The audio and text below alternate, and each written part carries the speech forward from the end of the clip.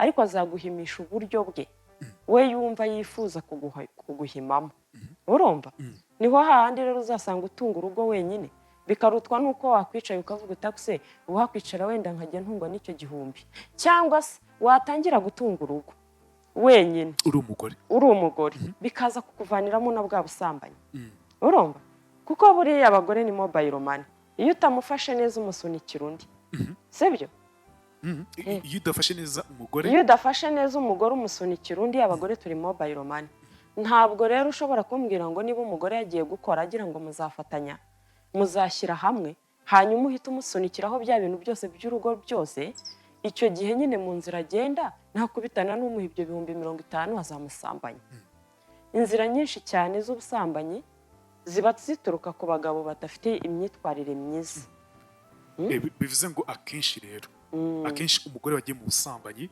bituruka ku ngeso z'umugabo cyane buriya nuko wenda abagabo cyangwa se abagabo badashaka kuza hano ngo yicarane ngo avuga ati njye sinshaka ko umugore wanjye adakora sinshaka ko atava mu rugo ariko mu mitima bibarimo ashobora kwicarana n'umugore akamubwira ati gukora byihorere umugore ati ndareka gukora kubera iki wajya gukora rero niho hazazamo ya kesi y'uko urugo rwose rugiye kukujya ku mutwe nirukumara kukujya ku mutwe rero ni ukuvuga umugabo niba akoze ukwezi kwa mbere ukwa kabiri umushahara ntawubona kandi wowe wagiye uzi ngo mugiye gukora mufatanye mugire icyo mugeraho ariko ukaza gusanga byose ibyo watekerezaga mu itangiriro ryawe ryo gushaka icyo ukora byose bibaye impfabusa rimwe na rimwe rero abo bagore hari igihe bajya no gusambana agira ngo abone ubundi bufasha bushobora kumufasha mu rugo rwe hari abasambanira ingeso rega ntabwo iyo umuntu avuze ikintu avuze ngo 100%, ntabwo uvuze ngo 100%,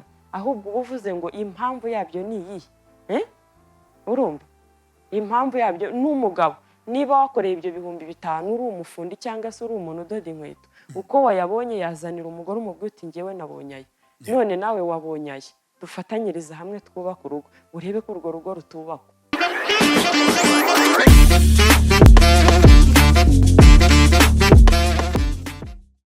wihangayika habonetse muganga gakondo utanga ubuvuzi bw'umwimerere kandi bushingiye ku bimera nahivurije umwijima mpivuriza n'iby'amabanga y'abashakanye bankoraho riraka nabahanga pe waba warabaswe n'ibibazo byo kwikinisha bigatuma amabanga y'abashakanye atabasha kugenda neza tambuka tugukize umuze nawe ubashe kunoza amabanga y'abashakanye ubu mubona nahoranye ikibazo cyo kutabyara ajya ntekereza ko narozwe nyuma naje guhura n'umuganga aramfasha ndakira ubu nanjye ndi umubyeyi nyuma yo kugira ikibazo cy'imisemburo mike bandangiye ivuriro rigana baramfasha icyo kibazo kirakemuka nyuma naje kujyana n'umubyeyi wanjye afite ikibazo cya hypertension ubu ngubu n'umuzi kubivuza indwara nk'umwijima impyiko rubagemande amibe igifu kubyimba prostate umutwe imitsi ndetse n'izindi namwe nimutambuke kuko mwashyizwe igorora kuba ari imahanga namwe mwihangayika mwibaza uko imiti yacu iraza kubageraho kuko dukora na DHL tukabagezaho imiti yacu kandi mu gihe gito cyane ikiganiro shakisha aho tugihera akuri serieze bya hatari ubusanga mbona ntari seri yego nshingiye kuri commentaire abantu bashyizeho ati nyamara uyu mugore yari ko umusirikare bigakunda ahubwo gerana nibagiwe shakira umuntu uzanyigisha kwirya mbese kurerembura amaso wamumbonera uwo muntu namugushakira ni ukuri uzamushakira umuntu ushaka kunyigisha kwirya gutereka amaso kuko ngewe mbigerageje urumva igihimba cyose kiragiye nyamara uritangiye ibyo ritangiye kuzamo wari witangiye ntabwo nabishobora uzanshakire umuntu unyigisha neza kurerembura kwirya kuko ngewe mbona abadamu babikora mbona mbikunze ariko nge simbishobora ariko uzabyiga shakira nyine umuntu ubinyigisha nawe ubwawe mbere yuko ushaka umuntu ubikwigisha ushaka kugiye muri miriwari yawe nkirya se ubundi ugatangira ukirya ukati reka ndebe ko naba nsawana ndamutse niriye nkabikora gute se uko nyine kandi nkubwira ko iyo mbigerageje njyane n'igihimba cyose ntabwo nabishobora nabyerega ni amashuri ni amashuri ntabwo napfa kubishobora kereka mbonye umuntu ubinyigisha ubundi byagenze gute kugira ngo wisange umuntu umeze gutyo nta bintu by'imikino myinshi ugira ariko nawe ko mbona uri musaza wangera ko nawe ari uko nanjye nta mikino myinshi cyane ariko wararenze. oya Eh? ni ibisanzwe ni ubuzima nisanzemo nsanga ndi umuntu uri seriye cyane Yeah. ariko nta kintu bintwaye Ese mbwira abantu ntabwo gutinya. ubushyu bantinyirikiza Ntabwo upfa kukwinjirira. nyine nanjye ndashaka umuntu unyigisha kurerembura ko urabona hari igihe umuntu areba ukagira ngo ararebana n'ingwe kurerembura kwirya Yeah. iyo mbonye umudamu ubikora mba mbona ari byiza ariko njyewe ntabwo mbishobora Wigeze ugerageza se? ndabibona nyine nkabigerageza ariko bikanga ntabwo nabishobora shakira uwo muntu Nuko umuntu uri kutwumva muri kano kanya fasha Jennifer kwirya cyane njye ngenda nirya nzotora babigenza bate njye ngenda nyine amaso nyarerembure byashoboka uzi ko ugenda wese wa mugari ndagenda wese ntabwo nabasha kwirya amaso gusa mpita ngenda wese n'igihimba byose bigahita bimanukana mbese wabonye komantere z'ikiganiro cyashize ngo uyu mugore yarebere kuba umusirikare ntabwo wazibonye umva barabivuga usibye n'abantu bose duhura barabivuga bangize umusirikare bangize umunyerondo bangize mbese ntabyo batangira uze koko abana bawe ntabwo bagutinya ari n'abana bawe ariko nta kibazo ni ukuri nta kibazo nta na gitoya reka tuzakwigisha ubwo ngubwo oya we ntabwo wabishobora nshakira umuntu unyigisha tanga nimero ya telefone ya kano kanya umuntu ushaka kuzakwigisha akwigishe koko 0788558418 tuyitanze hakiri kare kugira ngo umuntu ushaka Jennifer anyigishe kwirya nese mbwira waninjiye muri sinema hari filime uri gukina izanasohoka mu minsi iri imbere ndashaka kumenya ukina uri umusirikare ukina uri umugore usanzwe ukina umeze kuki se ntakina ndi umugore utereta umugabo oya se urabona bitambera utereta umugabo nase ubwo kutangiye kunca intege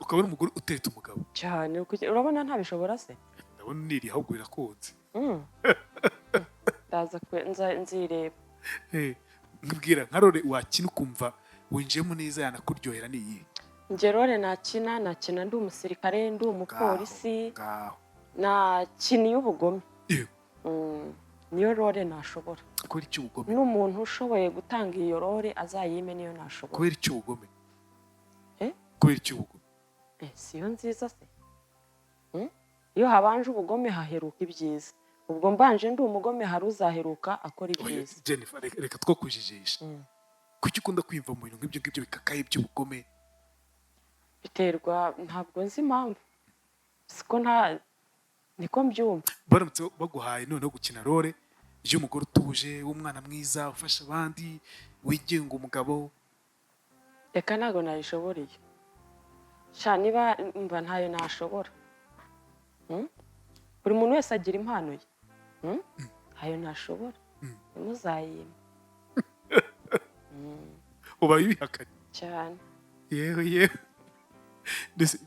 reka duhite twitangira n'ikiganiro cyacu twumvaga Jennifer wacu Jennifer Uwamahoro by'umwihariko ku byerekeranye n'ubuzima ku byerekeranye n'ubuzima bwe busanzwe tubanje dutebya ariko twerekeze ku bintu bimaze iminsi bivugwa cyane cyane ikintu cyitwa gucana inyuma ko bashakanye ariko kunabaho mbere y'uko abantu bashakana ugasanga nk'umuntu atahanye inda ariko inda atahanye si y'uwo mugabo kandi umugabo ntabyo azi icyo kintu ntabwo uri kucyumva muri ino minsi ugasanga abagabo uyu munsi batangiye kuvuga ati uyu mwana si uwanjye kaba imfura cyangwa ugasanga ni n'umwana wo hagati iki kintu wowe ukibona gihagaze gute muri kino gihugu cyacu cyane ko ari ikintu navuga ngo kimaze iminsi kiravugwa ku basitari ku baki byose ikintu cyo gucana inyuma burya rero ntekereza ko nk'abadamu benshi cyangwa se wenda abantu basambanye bakiri abakobwa abasore basambanye bakiri abasore kuko ni nabyo bikururira izo mpamvu zose ugasanga wa muntu yaryamanaga nawe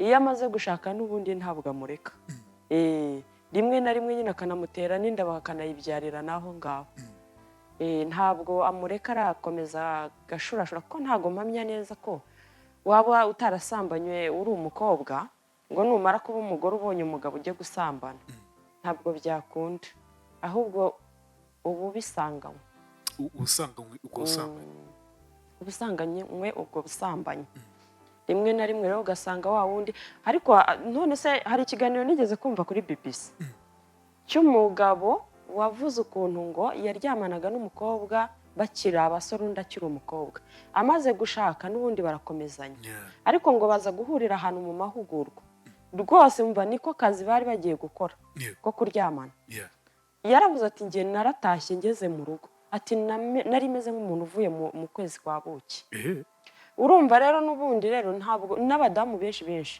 arakubwira ati njyewe umuntu wamviyoye n'ubundi twarakomezanyije urumva rero n'ubundi aramutse amuteye inda ntakabuza n'ubundi ugomba kurera ugomba kurera cyane wanamenye ko umwana atari uwari undi mugabo oya ntabwo wamenye ko ari uwawe ntabwo waba ukimureze ntabwo waba ukimureze kuko abagore benshi se ko izo kata zirahari cyane ibyo ni ibintu bisanzwe ibyo bintu ni ukuvuga ngo abo baba babashije kumva nabo ariko waba utabashije kubona nibo benshi cyane no sitekereza yuko buriya ziriya DNA kugira ngo zigire igiciro gihanitse ni uko leta iba iyobewe yuko ibyo bintu byafasha abantu ariko ahubwo ihita ibona ko yasenya ingo z'abantu nyinshi cyane bivuze ngo baramutse bagiye gupimisha ingo z'abantu benshi cyane zirimo abana batari ab'abagabo ego zose zasenyuka kuba iki abagore bakora ibyo bintu se none se babigenza bategera nese ni ngombwa kujya gusambana hanze kugira ngo ko hari igihe saba yaraje azanye inda nose wa wundi uherutse gutema umugore we niba ari Kimisagara ntuzi ko ari cyo banapfuye nawe ko yamubwiye ati umwana ni uwawe ngo akaza azanye uruhinja undi akarurera azi ko ari uwe nyuma akaza kumenya ko atari uwe icyo kintu kiraryana cyane kirababaza cyane icyo kintu kirababaza ariko cyane cyane ugasanga kirababaza nk'abagabo kuko ku mugore we kumubwira ngo ufite umwana uri umugabo ibyo ni ibisanzwe ariko nuko nyine bigomba kugenda mujye murera tujye twemera turere mujye murera ngo mujye murera uwo mwana mu by'ukuri izo mbaraga zo kugira ngo umugabo amwemere zivahe mu by'ukuri ese ugira ngo umugabo aramwemera ntabwo ashobora kwemera umwana utari uwe ariko ngo barabarera yamwemera yaramugusanganye ariko ntabwo yamwemera yamureraga azi ko ari uwe ibyo bintu ntabwo bishoboka nawe banza wishyire mu mwanya wa wa muntu kibi gikomere ntabwo byakunda ariko ari komantene ntuzi mbona ku bantu bavuga ku nkuru y'umuntu nyine byagenze gutyo aravuga ngo niba umwana yavukiye mu rugo iwawe yaba ari amaraso yawe atari amaraso yawe n'uwawe oya njyewe nishyize mu mwanya w'uwo muntu njyewe numva ibyo bintu ntabwo byakunda niho hahandi ingo zizabana n'ubundi zihanganye kuko icya mbere cyo buriya reka nkubwire n'intu cya mbere kibaho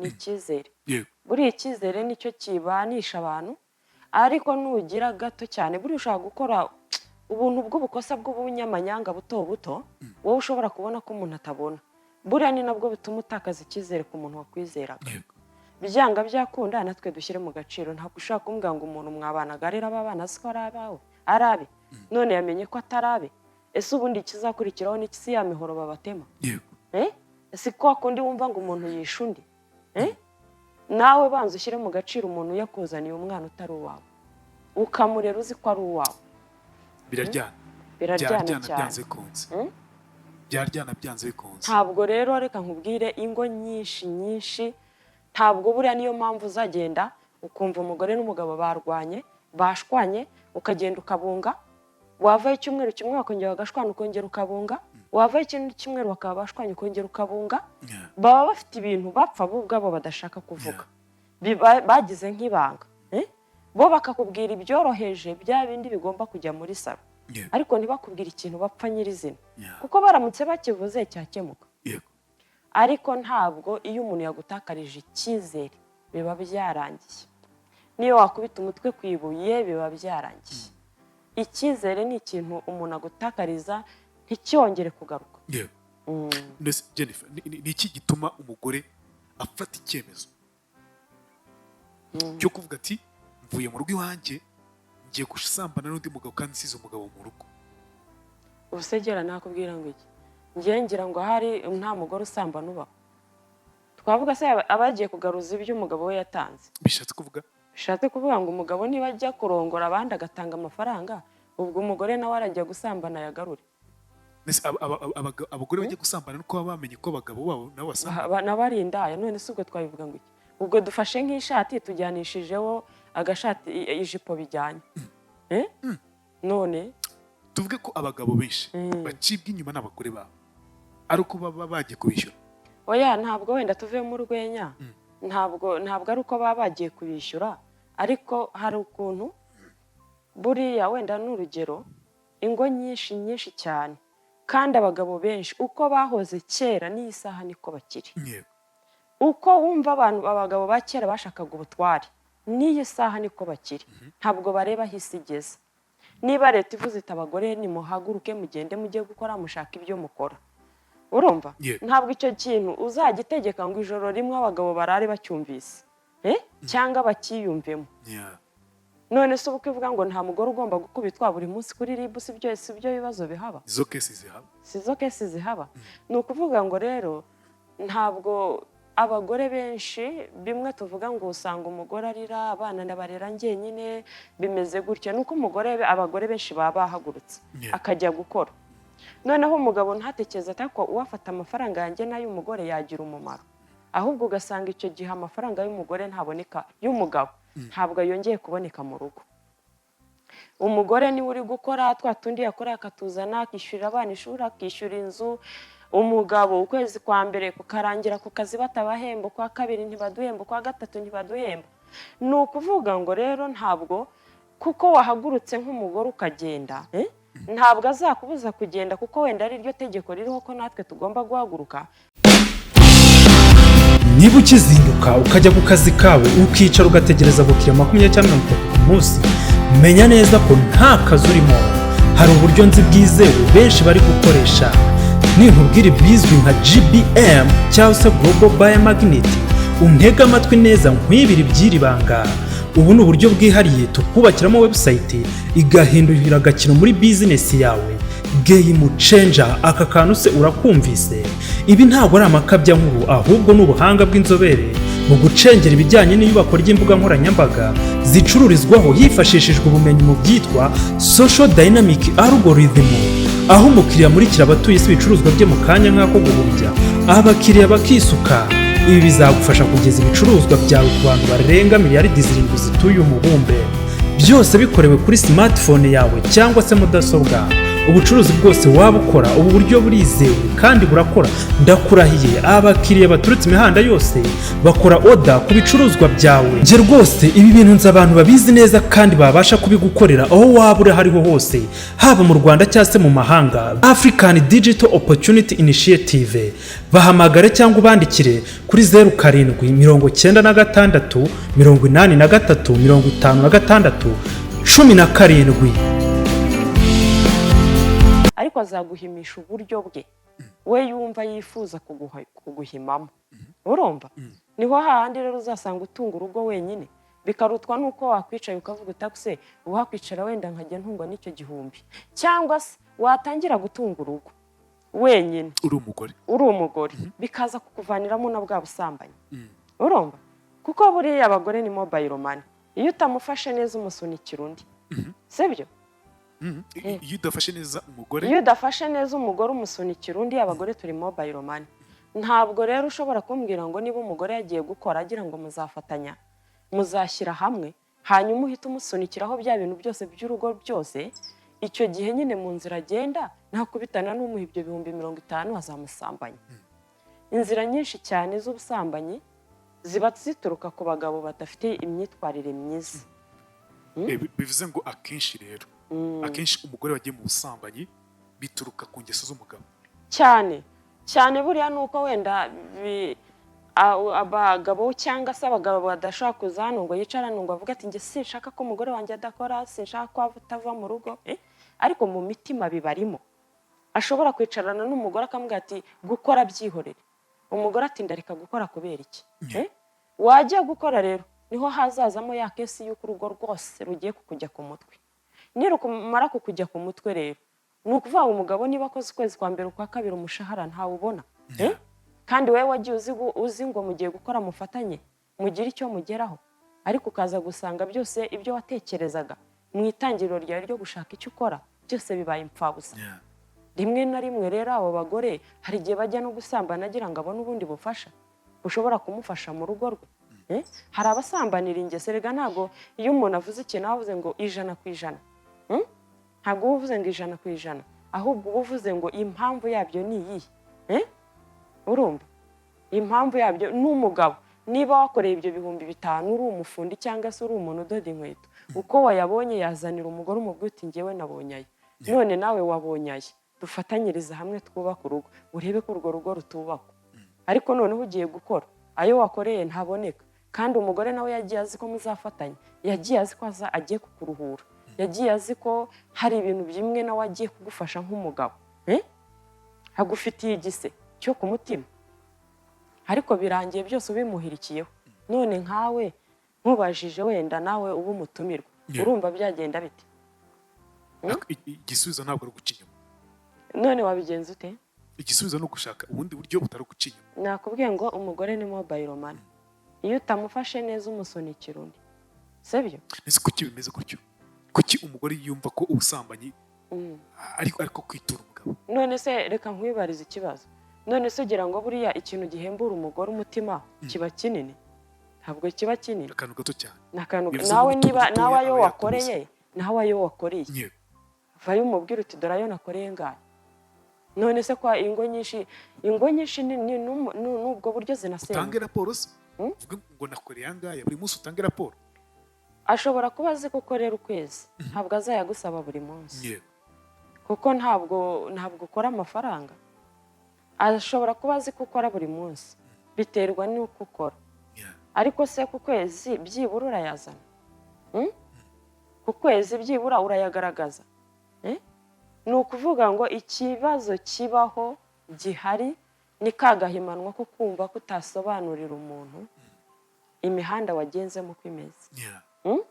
Ukumva ko atagushinzwe kuko nawe afite akazi, kandi we noneho wowe arashaka kugira ngo akwereke umushahara yakoreye, ariko wowe urashaka kumwereka yuko nta kintu bikurebaho, ntacyo akubaza uri umugabo. Kuba umugabo erega ntabwo bisobanuye ngo ugomba uremere muri wowe, ugomba kuremera n'ibyo uri umugabo, ariko nanone gusobanurira mugenzi wawe ukamubwira uti njyewe wenda ayo nakoreye naya, cyangwa se ku kazi byagenze gutya, ako semamye ko byahora bigenda nabi umwaka ukarangira. Yego, Jennifer, mu by'ukuri abagore baca inyuma abagabo babo biba ari ukujya gushaka ubwo bushobozi bw'amafaranga, cyangwa abagiye gushaka ikindi wenda kirimo za keya n'ibindi nk'ibyo ngibyo? Oya, ntabwo ari keya bagiye gushaka. Keya se zicyara umuntu ukunda kabiri.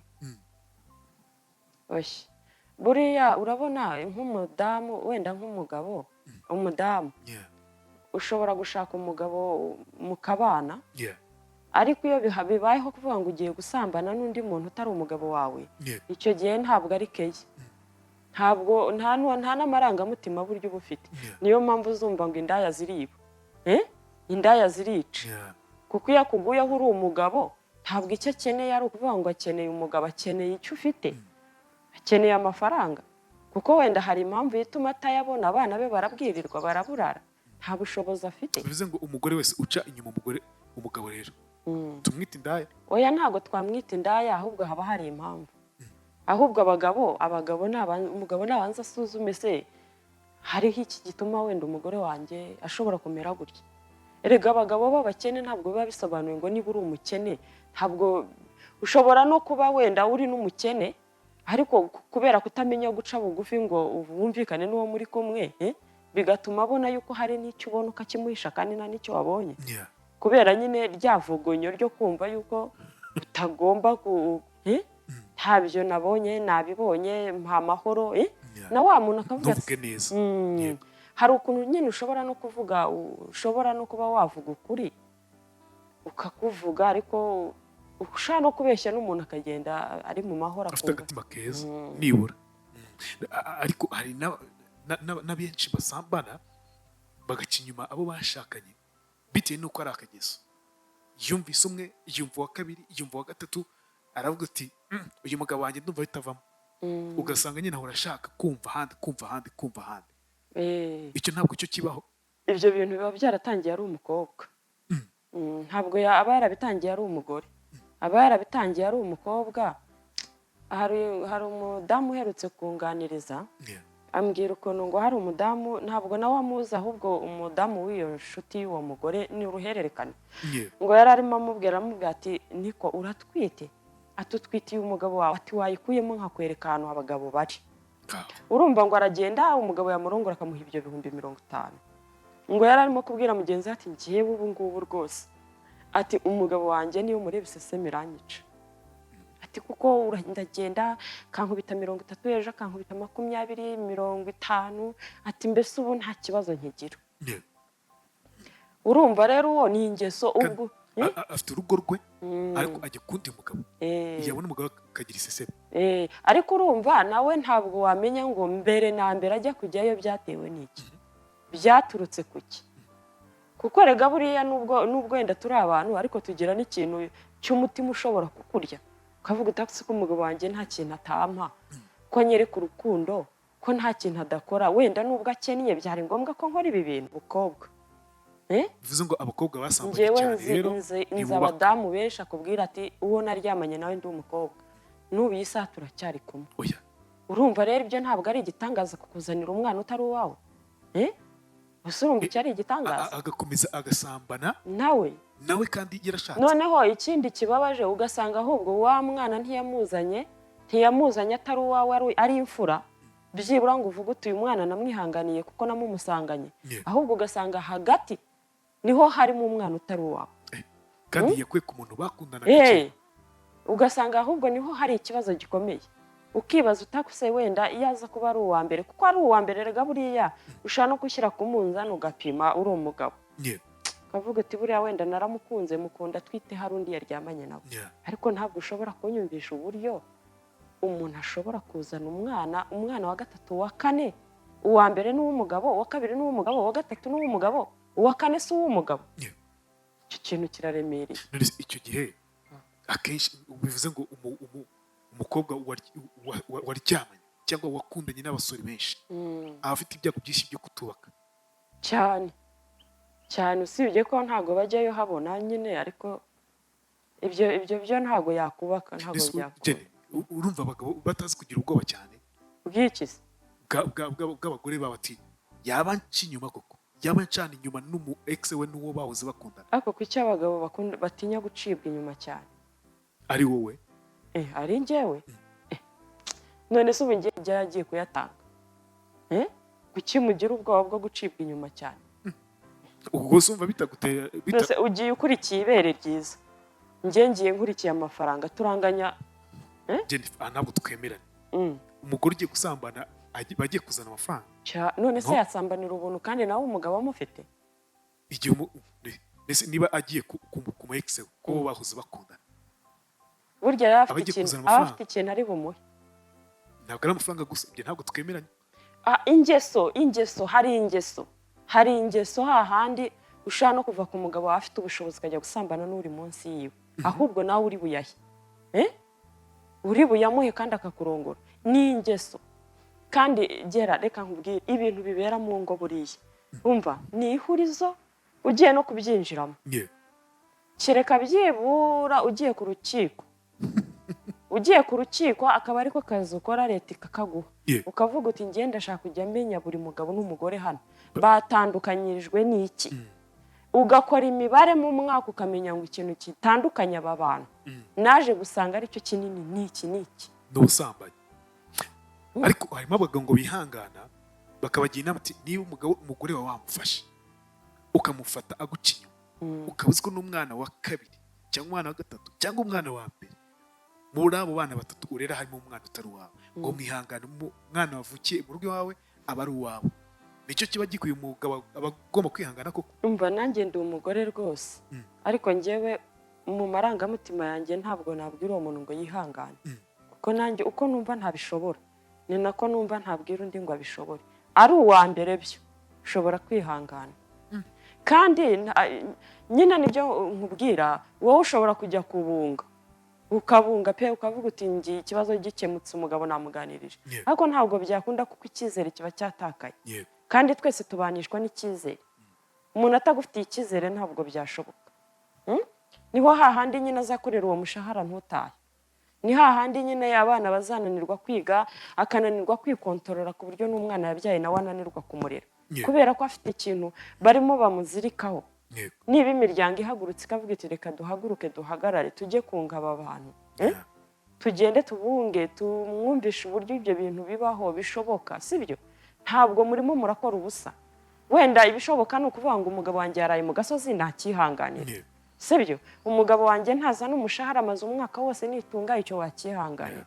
Ako ntago wambwira ngo umenye yuko umwana wa gatatu atari uwawe, uwa mbere ari uwawe, wa kabiri ari uwawe.